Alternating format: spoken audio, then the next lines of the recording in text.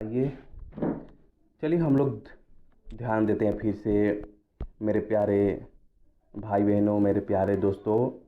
जो प्रजनन है 12th क्लास का फर्स्ट चैप्टर से हम लोगों ने कुछ ऑब्जेक्टिव क्वेश्चन उठाया है और ये बहुत इम्पोर्टेंट है कक्षा 12th के लिए। आप लोग लास्ट तक ये वीडियो देखिएगा ताकि आपको समझ में आए कि हमें कैसा टॉपिक और कैसा कॉन्सेप्ट के साथ पढ़ाई करना है, ताकि ये आपको समझ में आए और आप एग्ज़ाम में लिख सकें। तो ये हमारा प्रजनन है, रिप्रोडक्शन है, 12th क्लास का है। हम पहला नंबर क्वेश्चन से चालू करेंगे और देखने का प्रयास करते हैं। तो पहला नंबर क्वेश्चन पर चलते हैं दोस्तों कि जो पहला नंबर क्वेश्चन है, प्रजनन का मुख्य उद्देश्य क्या होता है। प्रजनन का मुख्य उद्देश्य क्या होता है, आप लोगों के सामने हम लोगों ने उत्तर का भी सामने व्यवस्था किया है ताकि आप लोग देख सकें। प्रजनन का मुख्य उद्देश्य क्या होता है दोस्तों? कि ऊर्जा उत्पादन करना नहीं, भोजन बनाना नहीं, गति करना नहीं, प्रजाति का की निरंतर बनाए रखना, ये प्रजनन का मुख्य उद्देश्य होता है। जो प्रजाति होता है रिप्रोडक्शन के द्वारा अपने जीव को, अपने वंश को वो क्या होता है, निरंतर बनाए रखता है। प्रत्येक व्यक्ति का जीवन कैसा होता है? प्रत्येक व्यक्ति का जीवन कैसा होता है दोस्तों? तो निश्चित रूप से समाप्त होने वाला, ठीक है। अनिश्चित रूप से लंबा नहीं होता है, हमेशा समान नहीं होता है, अमर नहीं होता है, निश्चित रूप से समाप्त होने वाला, ठीक है। प्रजनन किसकी प्रक्रिया है? प्रजनन किसकी प्रक्रिया है? तो इसका उत्तर होगा जीव संतति उत्पन्न करने की, जीव संतति उत्पन्न करने की। अगला नंबर क्वेश्चन देखिएगा, कह रहा है कि प्रजनन कितने प्रमुख प्रकार का होता है। प्रजनन कितने प्रमुख प्रकार का होता है? तो 2 प्रकार का होता है। और प्रजनन के 2 प्रमुख प्रकार कौन से हैं? प्रजनन के 2 प्रमुख प्रकार कौन से हैं? तो उत्तर में दिया है लैंगिक और अलैंगिक, ठीक है। लैंगिक जनन में कितने जनकों की भागीदारी होती है? 2 होती है लैंगिक जनन में। नर और मादा जननांगों से क्या बनते हैं? तो युग्मक बनते हैं, जिसको इंग्लिश में जाइगोट बोलते हैं।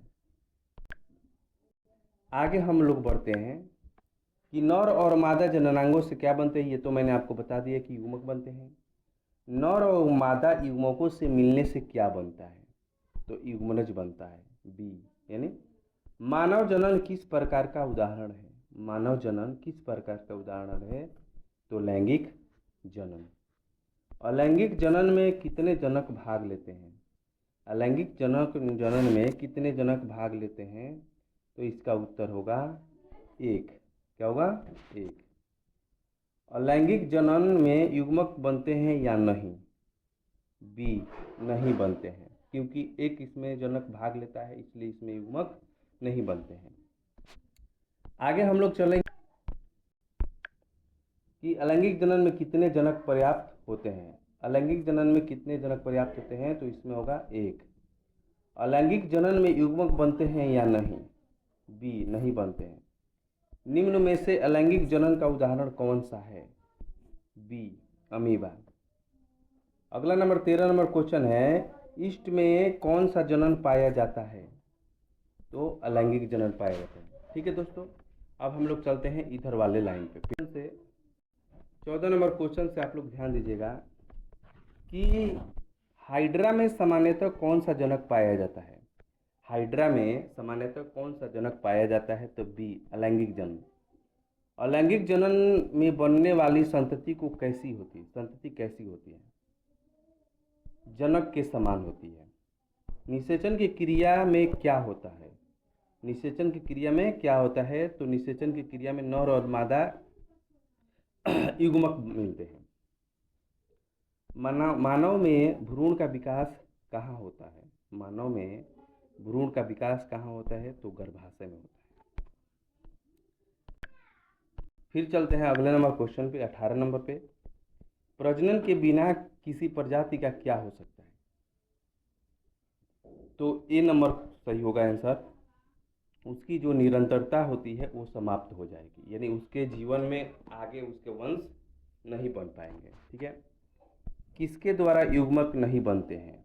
तो अलैंगिक के द्वारा युग्मक नहीं बनते हैं। लैंगिक जनन में कितने प्रकार के युग्मक होते हैं? 2 प्रकार के होते हैं। अलैंगिक जनन में कौन सा विभाजन नहीं पाया जाता है? और सूत्री विभाजन अलैंगिक जनन में नहीं पाया जाता है। अब हम लोग चलते हैं फिर से आगे नंबर क्वेश्चन पे 22 नंबर पे। देखिए दोस्तों, ये जो दिया है, मनुष्य में कौन सा जनन पाया जाता है? तो मनुष्य में केवल लैंगिक जनन पाया जाता है। अमीबा के कारण पृथ्वी पर क्या बना रहता है? तो केवल वायु। मानव सहित अधिकांश जंतुओं में प्रजनन किस प्रकार का होता है? तो बी यानी लैंगिक। जीवन की निरंतरता किसके कारण बनी रहती है? ए यानी प्रजनन के कारण। दोस्तों ये बहुत इंपॉर्टेंट क्वेश्चन है, आंसर है, इसको आप लोग याद कीजिएगा। और हमारा सब्जेक्टिव क्वेश्चन का भी हमारा वीडियो आता रहता है, और हमारे चैनल को सब्सक्राइब जरूर कर लीजिए ताकि और बेहतर से बेहतर हम आपको बनाने का प्रयास करें और देने का प्रयास करें।